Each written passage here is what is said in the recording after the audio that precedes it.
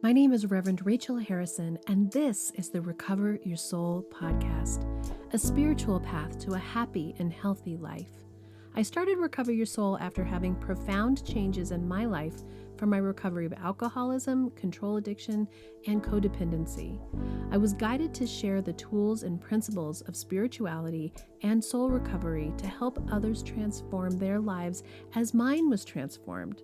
For us to overcome external circumstances, we must first turn the attention to ourselves, focusing on inner change. Outer positive results in our lives will follow. As a spiritual coach, I can support you on your path to make real changes that will bring you a life of peace, happiness, connection, and abundance. Visit the website recoveryoursoul.net to book coaching sessions, read the blog, listen to some of my original music, and subscribe to receive email updates. I think of Recover Your Soul as a community. Follow us on social media and join the private Facebook group to support each other and connect. For an extra episode each week and to support this podcast, become a Patreon member or subscribe on Apple Podcasts. Together, we can do the work that will recover your soul.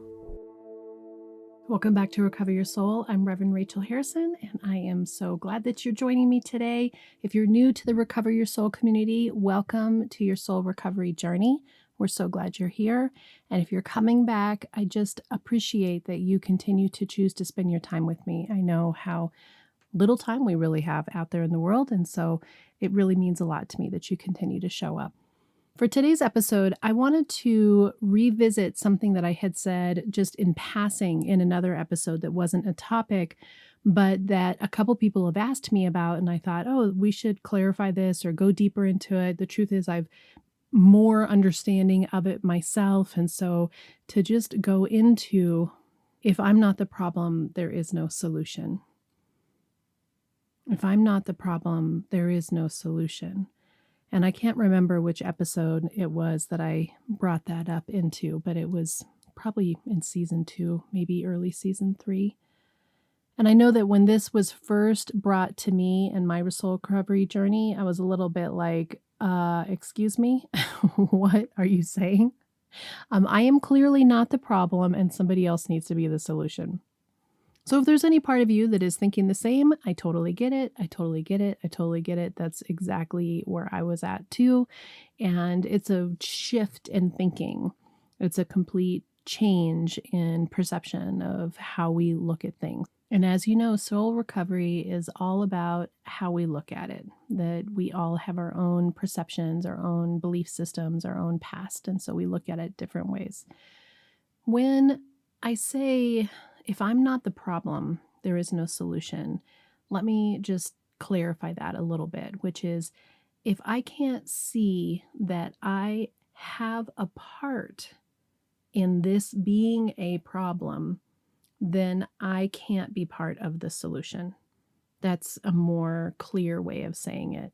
If I can't perceive that there is some way that I'm showing up, some way that I'm interacting, some way that I'm choosing to see it, then I can't take the control of the only place that I have in anything, which is for myself, and make a decision to do something about how I see it, how I perceive it, how I'm going to interact with it, what my response is going to be.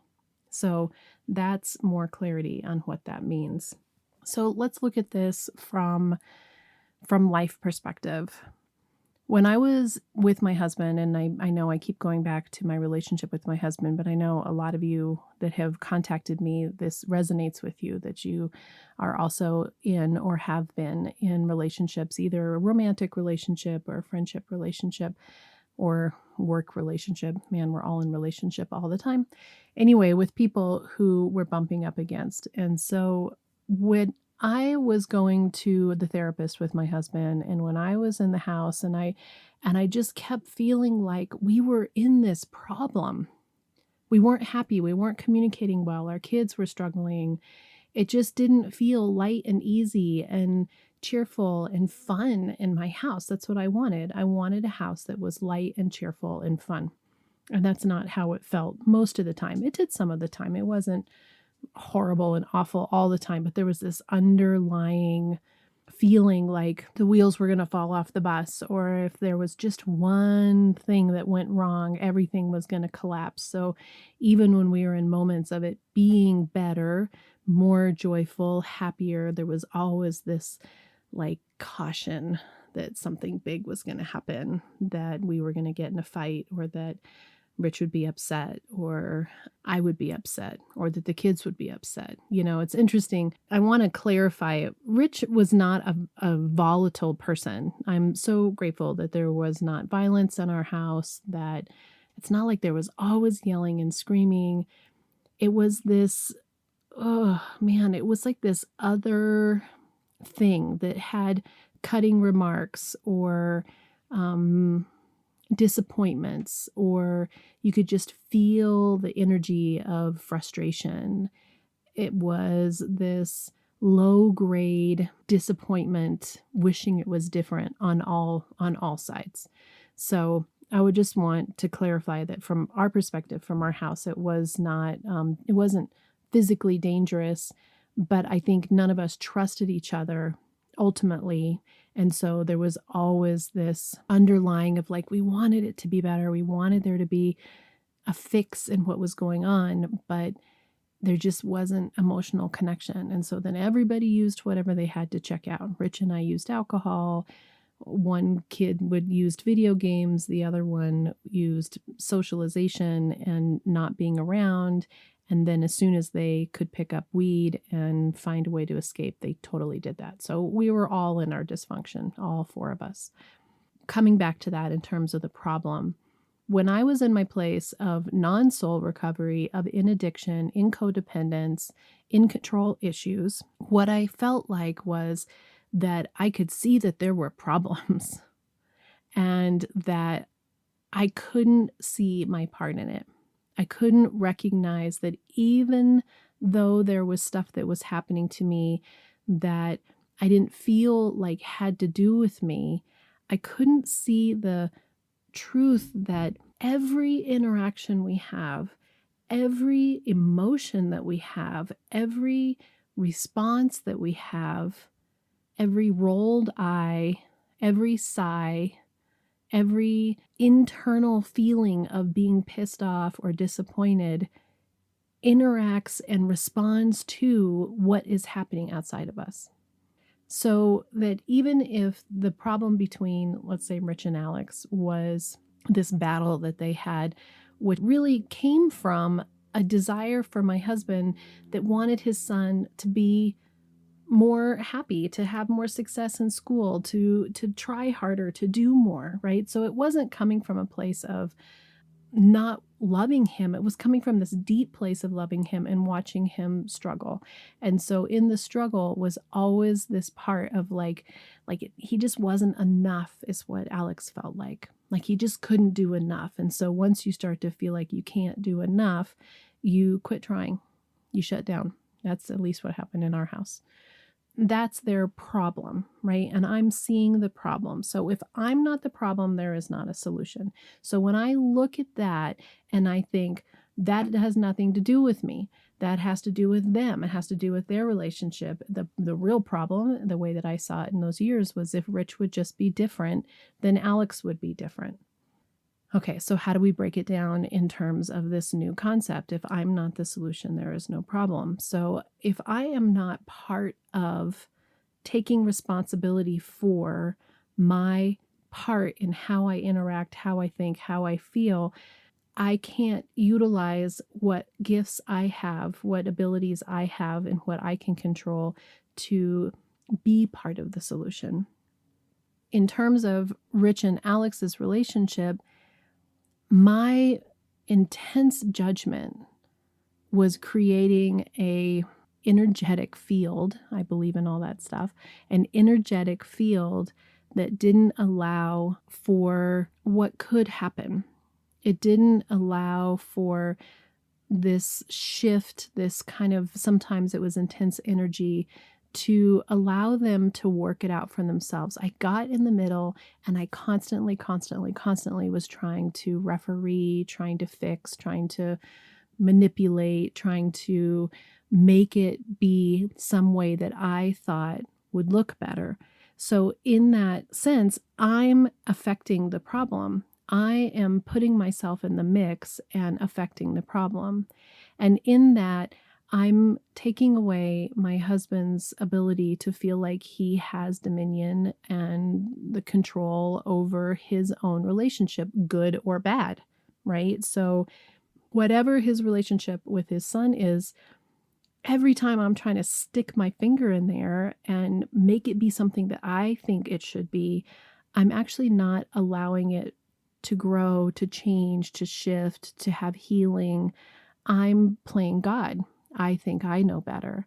And in terms of my son, he wasn't learning how to communicate for himself, how to stand up for himself, how to follow rules, how to have boundaries, how to do what he was supposed to do. I was so afraid for his heart that I end up placating to him and being very codependent with him and what was going on with him, so that he wasn't having this place where he could be loved and supported to figure it out for himself and have that relationship. So it isn't like we look at it and go, oh, I am the problem. No, there's problems that are happening everywhere in all areas of the world, but we can choose to see our part. It can go even into plastics and global warming, that if I'm not the problem, there is no solution. So if I don't manage how I walk the earth, what carbon footprint I have, how I decide that I'm going to resource my food, drive my car, use plastics in the grocery store, I can be part of the solution.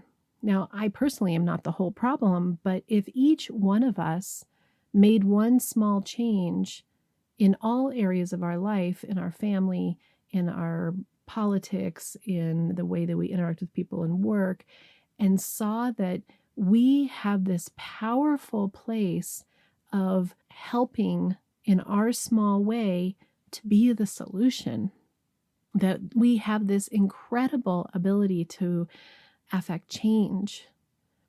If you think about being in a work environment, if you're with your coworkers and you're over on the side commiserating and complaining about your boss and about your coworkers, you're helping to create a toxic environment.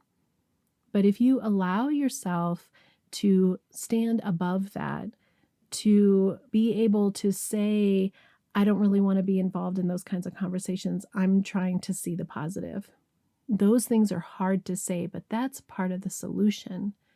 That when we're back in the background, complaining and bringing in negativity and fear, we are creating more of that. When we are out in the world and we're driving and we're honking and being pissed and weaving in and out of people and flipping people off and being aggravated, we're being part of the problem. But we have a different way to be. We have a choice. We were given free will. When I come from this perspective and when I made that shift to start to realize that every single thing that seems like it's out of my control, that I actually have the ability to decide what my response is going to be, what my reaction is going to be, what my internal gauge is going to be on it, it's a profound release of control, and it's a profound opening to higher power. And the more that I do this soul recovery work, the more everything just seems to be opening and laying out, and every single what seems problem is an opportunity for me to look more deeply at myself, to look more deeply at me, and why is this interaction hurting me? Why am I afraid? What's going on here? Where am I trying to feel like I need to make it be better? I need to fix it. I need to do something that's outside of my wheelhouse or out of my space.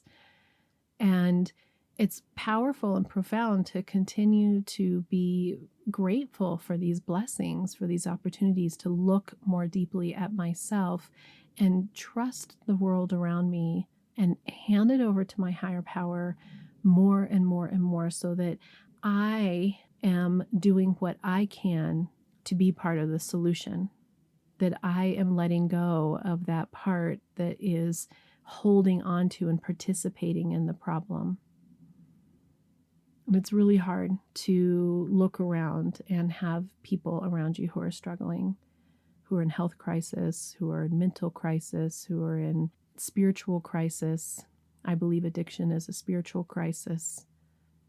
When you start to see the changes and have those shifts in your perception, and you look at the people around you who are still in pain because they haven't turned to a higher power yet, they haven't started to do this deep surrender and release work, and see that no matter where we are, we're participating in what the energies are in that situation. We can want to fix them or change them or make them see it. Or it's funny, isn't it? I mean, even me talking to you, my hope, my prayer is that some shift happens in you that brings you peace. But I don't have control of any of that. You could listen to my words and think they're crap. You could listen to my words and they could be coming into your heart and making change. That is all about you and your connection with higher power. So when we're interacting with people in our lives, the interesting thing is the more that we stay in our own lane, as they say in recovery, stay on our own side of the street, keeping our own side of the street clean, keeping our spiritual center connected to higher power, really recognizing, really taking responsibility for how we interact with every single person. It's profound, the changes that will start to happen, and not because you're trying to change it. It will happen because there is the truth that's coming out, which is that no matter what, even through pain, there is love there. No matter what's happening in lives, there is this potential of connection to higher power and releasing and believing that there is something better still. And that's hard when I'm thinking about people that I know that are in health crisis. And we want an answer. We want a solution. We want them to get better. We don't want them to be sick, and we don't want them to die. And those are feelings of grief. Those are feelings of loss. Those are deep, real feelings. When you have somebody who's in addiction or not choosing a healthy mind, to watch them make that choice is incredibly painful. And we need to allow ourselves to have those feelings, to walk through that journey and know how it touches our heart, but to not have it bring us into a spiral of wanting, clinging, wanting it to be different, demanding that it's different, choosing fear, choosing unhappiness, not allowing ourselves to be in it, to hold that space, to be present, but not have to have that define who we are. It's not easy. I think that we're all here connected together, having this experience together because it's important to learn relationship. But ultimately, the main relationship in our lives is the one with ourselves, the love for ourselves, the connection with ourselves, to feel comfortable in our own skin, to connect with higher power and see who we are with all of our light and all of our shadow, and accept and love ourselves no matter what, so that we can stop trying to change the people around us, stop trying to control the people around us, and continue to let go, surrender, choose peace, choose love, reflect upon ourselves, see what we are participating in every single thing. I recently had a little fender bender, and it was interesting. I just come out of a really nice lunch with one of my sober sisters that I hadn't seen in a long time. We had this beautiful lunch, and I get in my car and I have a backup camera, and I look around and I don't see anybody. I start to back up and it beep, beep, beep, beeps. And so I look, and sure indeed, there was a car coming quickly from the side. So I saved myself in that one. So I was pulled back into my space, and I was being very alert, very alert. And I was looking at the camera and I was already kind of alert because I had almost had this situation. And I'm looking at the camera and I'm backing out and boom. And I've just been run into. And it's the person directly behind me pulling out in a small parking lot at exactly the same time. My camera didn't even have time to see it or beep or do anything. And we get out of the car and I watch myself want her to be the problem, that I want her to be the one who was at fault. And my car has much more damage than hers. And it's a little sweet old lady. And she says, of course, now I'm getting closer to being an old lady. So she probably was only 10 or 15 years older than me. But she looks at our cars and she goes, well, it looks like we both have damage. So I guess we'll just have our insurance companies take care of it ourselves.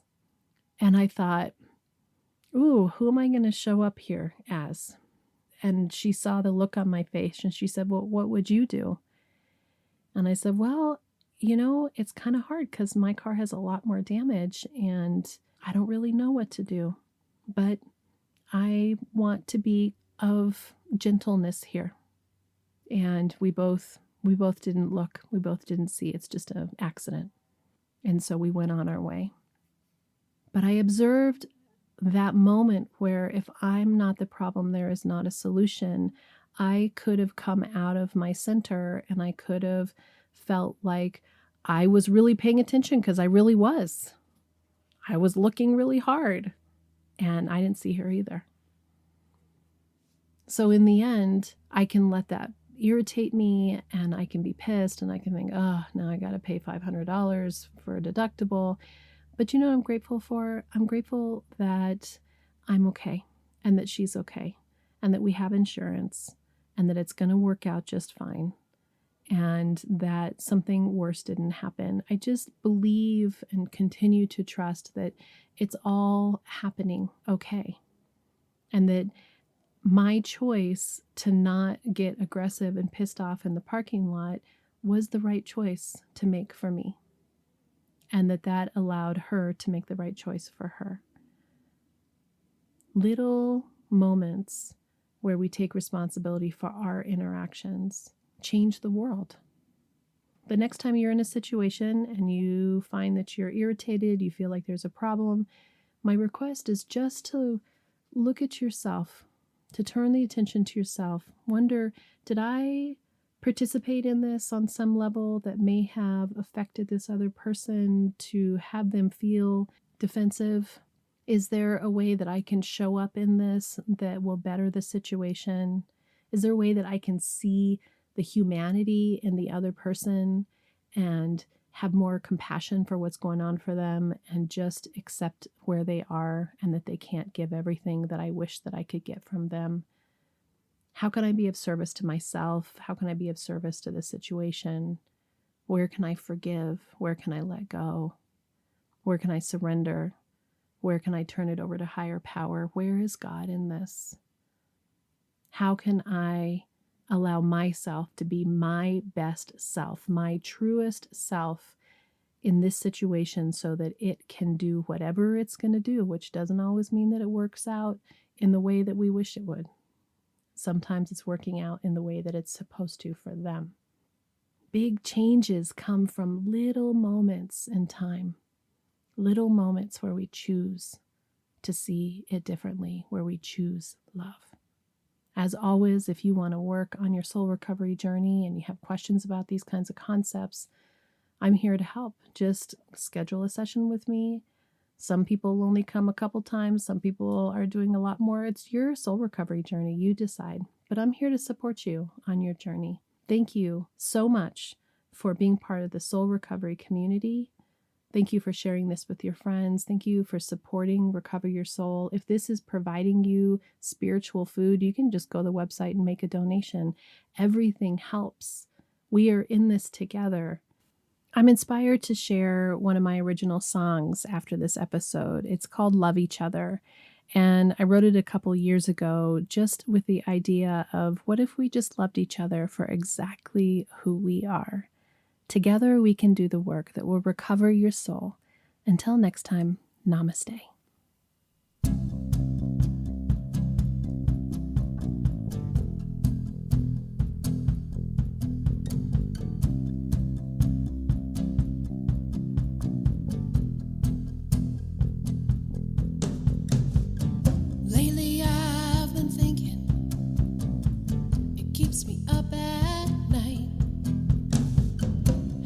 Sometimes I tell you how to do things right.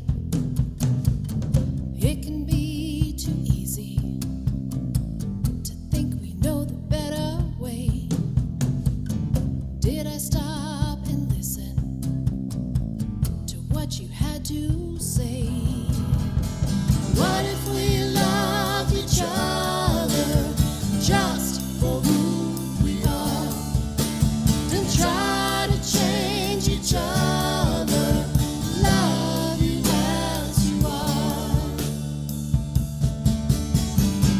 I find it hard to watch you when your life falls apart.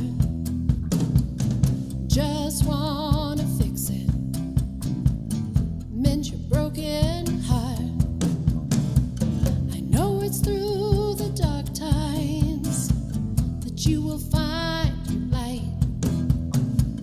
So much time wasted proving who was right. What if we loved each other just for who we are? Didn't try to change each other. Love you as you are.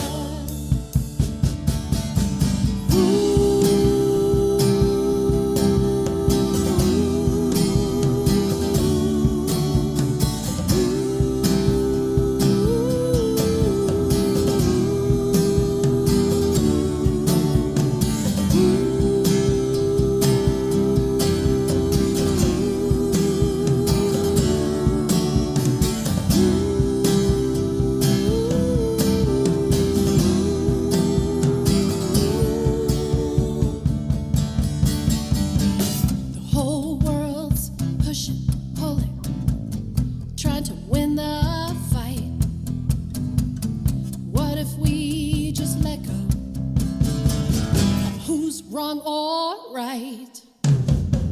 The healing comes when we see the love in you and me, standing up as ourselves, happy and free. What if we loved each other just for who we are? Didn't try to change each other. Love you as you are. What if we loved each other just for who we are? Didn't try to change each other. Love you as you are. I love you as you are. I love you as you are. I love you as you are.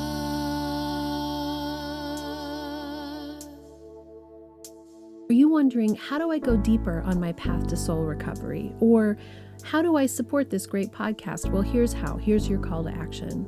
If you're ready for real inner change and would like to work directly with me, visit the website and book a coaching session. I'm here to support you on your unique path.